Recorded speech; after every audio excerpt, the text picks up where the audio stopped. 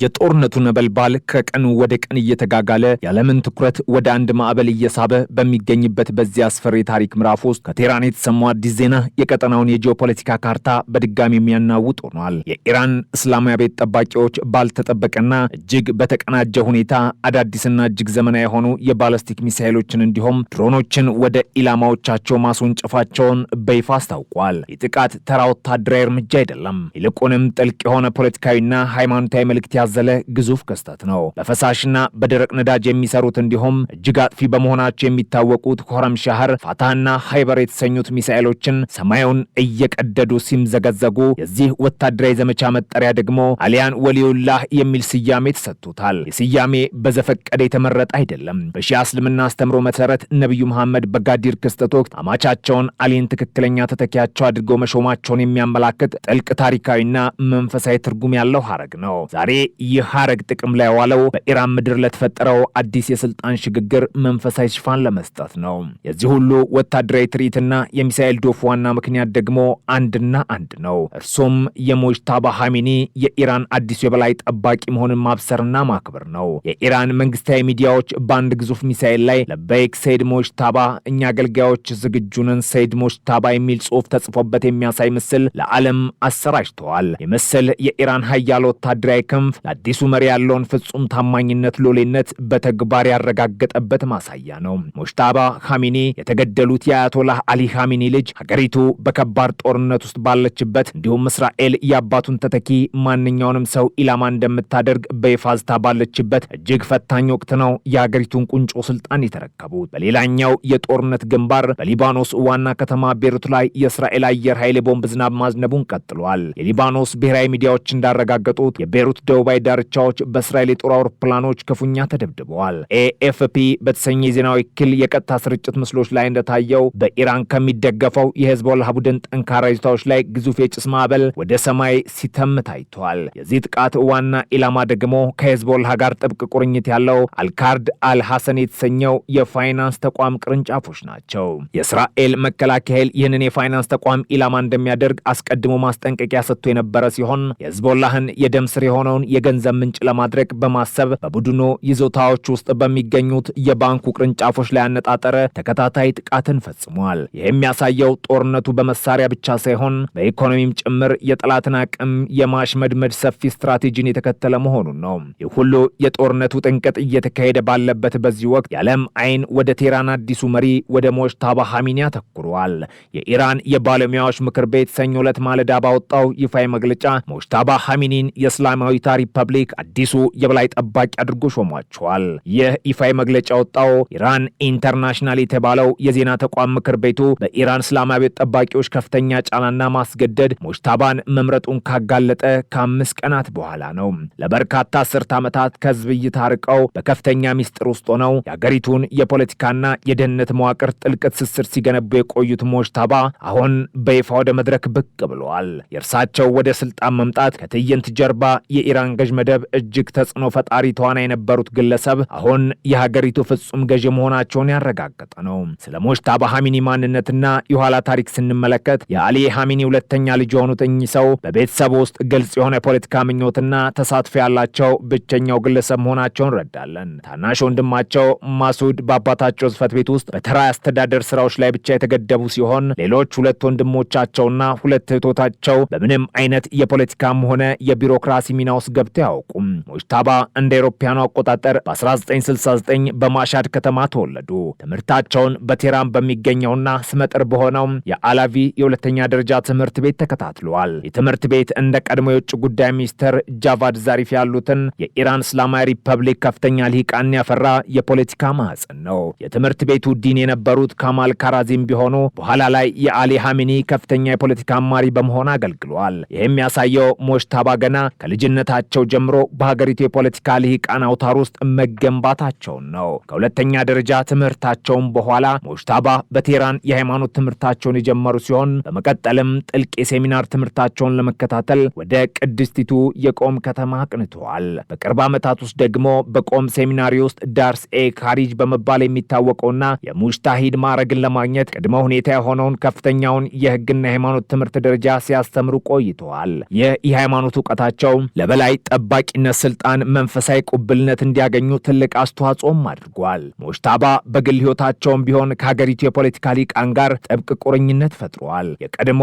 የፓርላማ አፈ ጉባኤ የነበሩት የጎላም አሊ ሃዳድ አዴል ልጅ የሆነችው ዛህራ ሃዳድ አዴልን አግብተዋል። ከእርሷም ጋር 3 ልጆችን አፍርተዋል። ነገር ግን የካቲት 28 ቀን በአሊ ሐሚኒ መኖሪያ ቤት ላይ በተሰነዘረው አሰቃቂ ጥቃት ባለቤታቸው ዛራና አንደኛው ልጃቸው ህይወታቸውን አጥተዋል። ይህ ጥልቅ የግል ሐዘንና ኪሳራ ሙጅታባ ወደ ስልጣን በመጡበት በዚህ ወቅት በጠላቶቻቸው ላይ ያላቸውን ቁጣና የበቀል ስሜት ይበልጥ እንዲያፋጥነው እንደሚያደርግ የፖለቲካ ተንታኞች ይገምታሉ።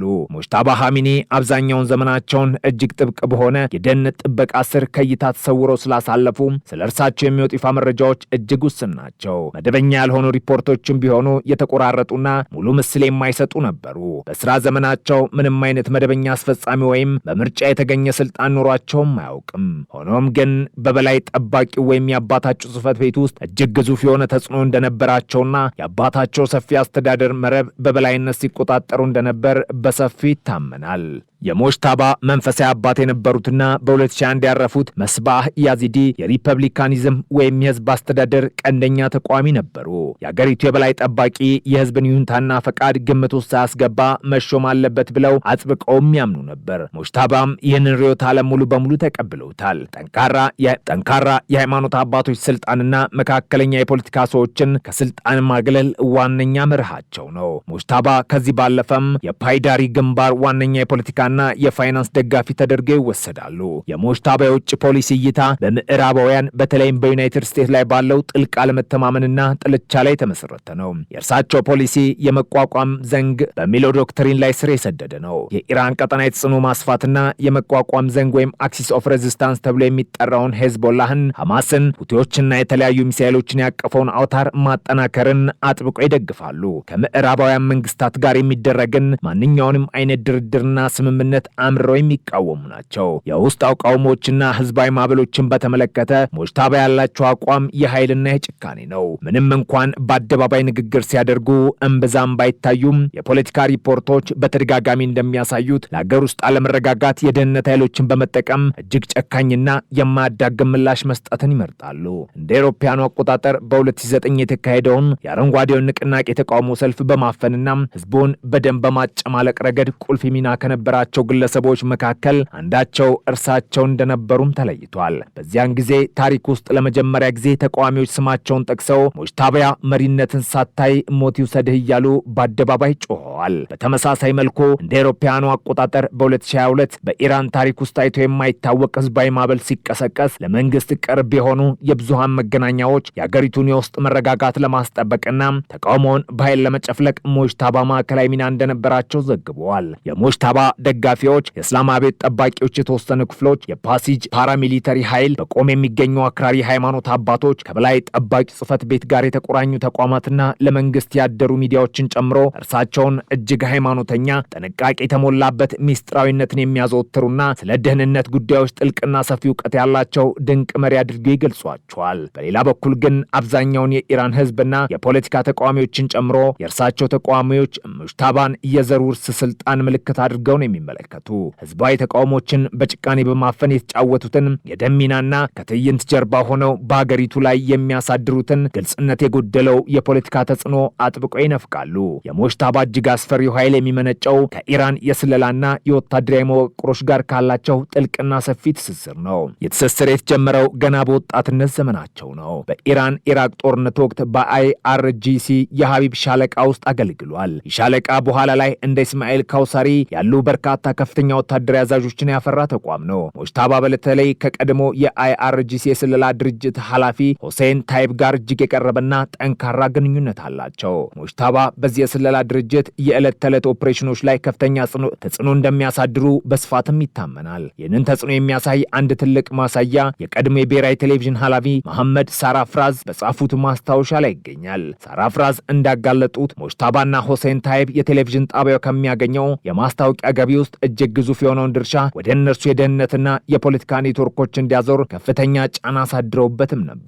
በርካታ የኢራን ፖለቲካ ተንታኞች ሙጅታባ የአይአርጂሲ ከፍተኛ አዛዦችን ሹመት በመወሰንና ቁልፍ የደህንነት ቦታዎችን በታማኞቻቸው በመሙላት ረገድ ወሳኝና የመጨረሻው ሚና ሲጫወቱ መቆየታቸውን ያምናሉ። ነገር ግን ይህ ወደ ብርሃን መውጣት በታላቅ አደጋ የታጀበ ነው።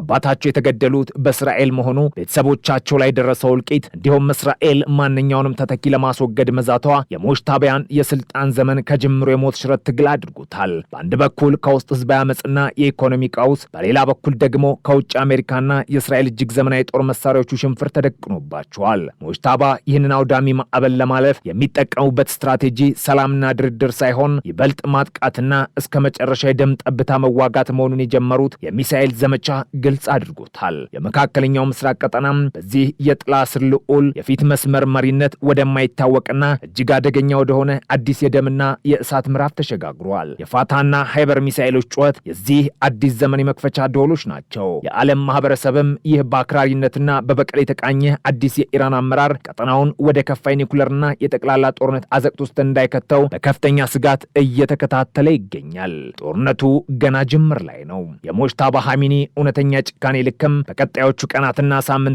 በጦር ሜዳው ላይ በተግባር የሚፈተን ይሆናል። ይቻለም ከዚህ በኋላ ወደ ኋላ መመለስ ወደማትችልበት የጥፋት አፋፍ ላይ ቆማለች። በቴህራን የተለኮሰው እሳትም የሁሉንም በር እያንኳኳ ነው። እርሳቸው አሁን የኢራን ጠቅላይ መሪ ብቻ አይደሉም። የዓለምን ሰላምና ጦርነት የሚወስን ትልቅ ቀይ ቁልፍ በእጃቸው ያስገቡ የዘመናችን እጅግ አደገኛ ሰው ሆነዋል። ምስራቅም ሆነ ምዕራብ አሁን የዚህ ሰው ቀጣይ እርምጃ ባንክሮ እየጠበቁ ነው። ነጋሪቱ ተጎስሟል። ሰይፉም ከሰገባው ወጥቷል። መጪው ጊዜ የዲፕሎማሲ ሳይሆን የባሩድና የደም መሆኑን ሁነቶች በግልጽ እየነገሩ ነው። አዲሱ የኢራን ዶክትሪንም እጅ አንሰጥም፣ እናጠፋለን ወይም እንጠፋለን የሚል ሆኗል። ደግሞ በራሱ ለዓለም ታላቅ ስጋት ነው። የተያዘው የእሳት ኳስም ከመካከለኛው ምስራቅ አልፎ ዓለምን እንዳያዳርስ የብዙዎች ስጋት ሆኗል። የስልጣን ሽግግሩ በሰላም ሳይሆን በሚሳኤል መታጀቡም የሙጅታባን የወደፊት የአመራር ዘይቤ ፍንትው አድርጎ የሚያሳይ ነው። አሁን የጥላው ልዑል ዘውዱን ደፍቷል። ጦርነቱም አዲስ ፊቱን አሳይቷል። ማብቂያው የት እንደሆነ ግን ጊዜ የሚመልሰውን ቆቅልሽ ነው።